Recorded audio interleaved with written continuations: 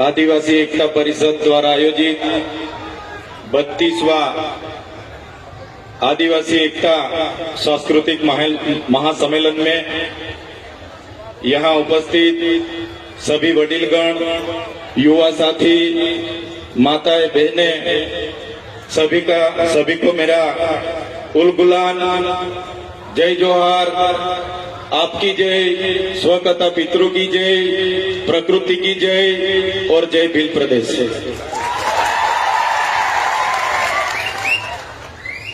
साथियों,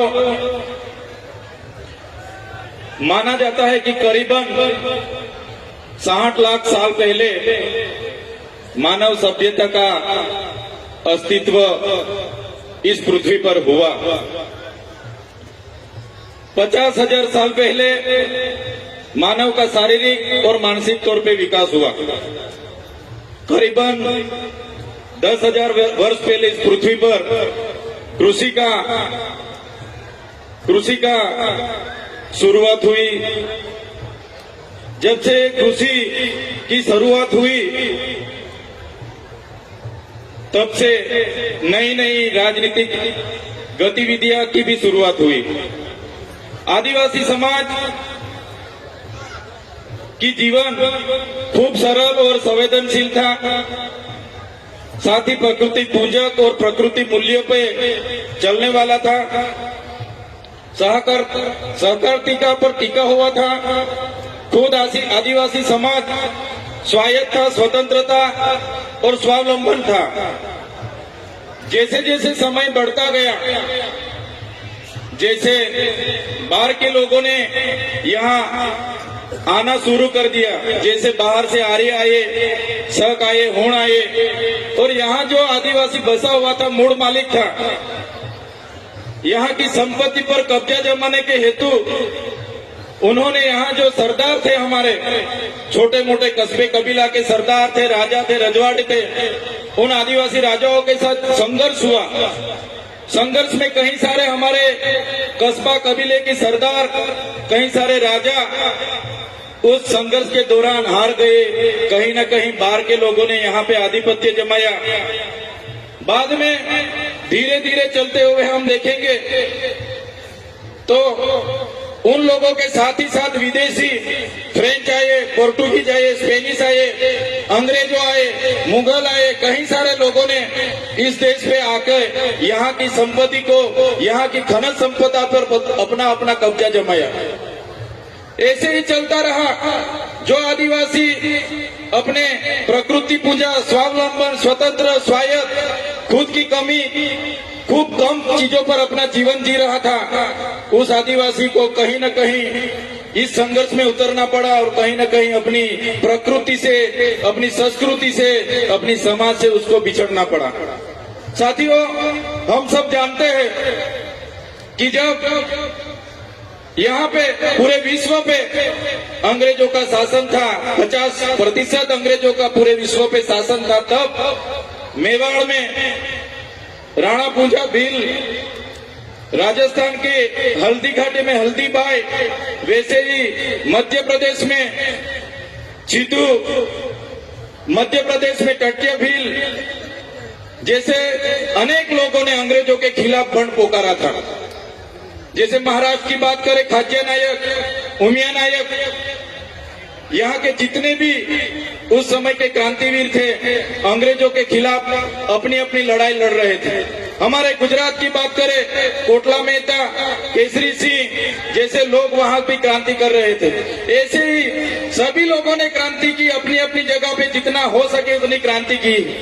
जैसे कि मानगढ़ धाम की बात आती है, गुरु गोविंद जी की आगुवाई में वहां सम सभा मिली और 1913 में हत्याकांड हुआ। 1500 भी ज्यादा लोग कि यहाँ वहां शहीद हो गए। इतनी सारी देश की आजादी में हमारे लोगों का योगदान रहा। देश आजाद हुआ 1947 में। देश आजाद होने के बाद तब तो माना जाता था कि देश आजाद हो गया, लेकिन जो लोकतांत्रिक सरकारें इस देश पे शासन पे आई तो अंग्रेजों की जो भी कानून व्यवस्था थी वही कानून नीतियां चलती रही।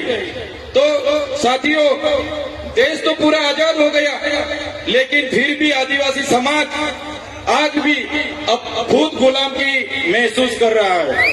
आप और हम सब जानते हैं, कई सारी पार्टियां बनी, कई सारे धर्म संप्रदाय आए, कई सारे संगठन बने, लेकिन अपनी अपनी संख्या बढ़ाने के अलावा किसी ने भी कुछ नहीं किया। सबसे बदतर परिस्थिति इस देश में कोई किसी की होगी तो हमारे आदिवासी समाज, जो मूल निवासी समाज बोला जाता है, मूल मालिक समाज बोला जाता है, इस समाज की इस देश में हुई है। साथियों, जब इस देश में विकास की बात आई, जब इस देश में बड़े बड़े बांध बनने लगे, खोदान होने लगे, बड़े बड़े कारखाने बनने लगे, रोड बनने लगे, नहरें बनने लगी, रेलवे बनने लगा, सरकारी आवास बनने लगे, तो सबसे ज्यादा किसी को विस्थापित किया होगा तो भारत देश में आदिवासियों को विस्थापित किया है। आज भारत देश का 1,40,00,000 लोग आज विस्थापित हुए हैं। खुद प्रकृति के साथ जीते थे, अपनी संस्कृति थी, अपनी समाज के साथ रहते थे, फिर भी आज 1,40,00,000 लोग अपने समाज से छिन्न भिन्न हो गए। आज मूल मालिक की परिस्थिति कैसी हो गई है? आज मूल मालिक को मजदूर बना दिया गया है। आज भारत देश की बात करें, 80% आदिवासी आज भी गरीबी रेखा के नीचे जी रहे हैं। 80% लोग आज भी गरीबी रेखा के नीचे जो जी रहे हैं वो आदिवासी हैं। साथियों, पूरे देश में आज खनिज संपदा की बात करी जाए तो सबसे ज्यादा खनिज संपदा जो आदिवासी एरिया में है, 80% खनिज संपदा अपने यहाँ होते हुए भी आज आदिवासी को मजदूर बना के इन सरकारों ने रखी है। तो साथियों, आदिवासी एकता परिषद यही सिखाता है कि आदिवासी कौन था, कहां से आदिवासी आए, क्या हुआ। तो आदिवासियों का इतिहास बहुत पुराना है। आदि अनादि काल से यहाँ रहने वाला हमारा आदिवासी, इतने सारे देश की आजादी स्वतंत्रता संग्राम में हमारा योगदान रहा, देश के विकास में हमारा योगदान रहा। जहां भी जरूरत पड़ी हमारे लोगों ने अपनी जमीन दे दी। आज आदिवासी 50% आदिवासी के पास अपनी खुद की जमीन नहीं है। आज देश में 8% आदिवासी बस रहा है, लेकिन आज देश में 1% भी जमीन आदिवासी के पास नहीं है। साथियों, ये मूल मालिक की हमारे देश में ये हालत इन सरकारों ने बनाई।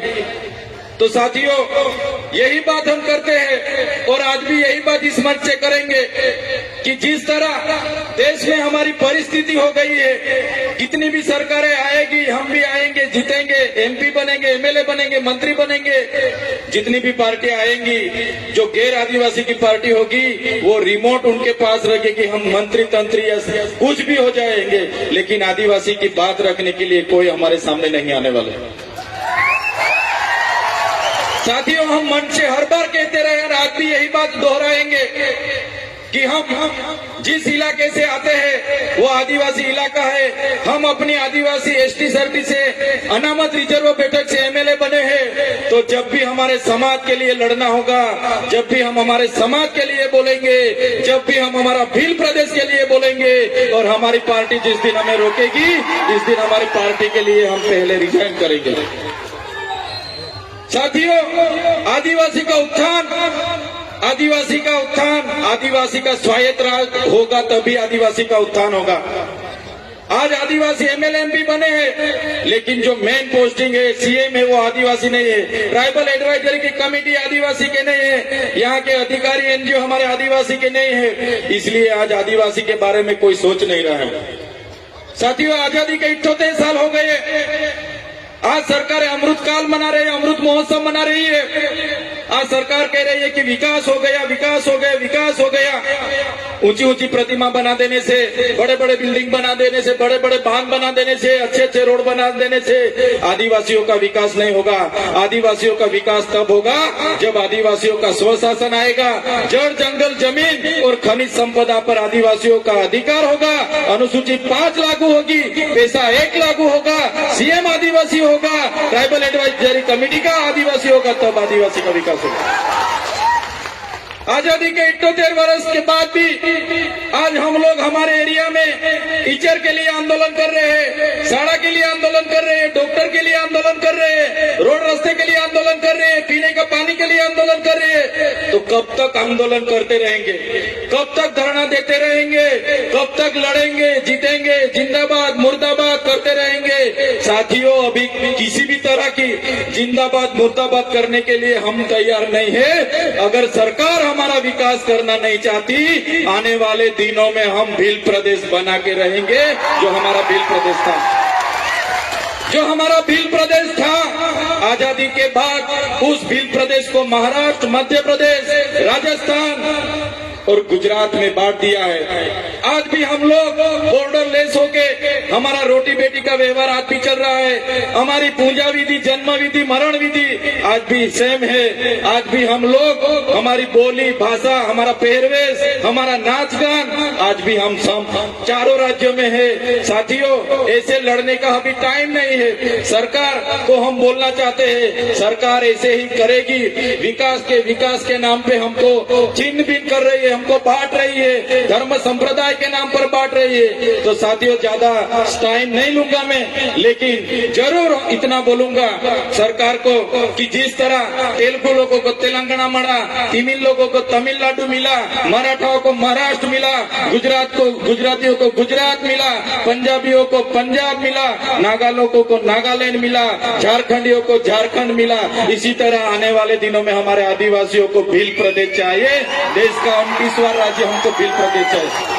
भील प्रदेश हम बना के रहेंगे, ये हमारा अधिकार है। संविधान ने हमको अधिकार दिया है। भाषा की तौर पे, जाति की तौर पे हमको भील प्रदेश मिलना चाहिए। मेरे तमाम वडील बुजुर्ग, मेरे युवा साथी, मेरी माता बहनों को भी अपील करता हूँ इस मंच से, आने वाले दिनों में जो आदिवासियों का विकास करना होगा तो स्वतंत्र राज्य चाहिए, और स्वतंत्र राज्य यही होगा, भील प्रदेश बनेगा तभी हमारा राज्य आएगा। धन्यवाद। जय जोहार, जय आदिवासी, जय भील प्रदेश। जोरदार तालियां विधायक महोदय के लिए।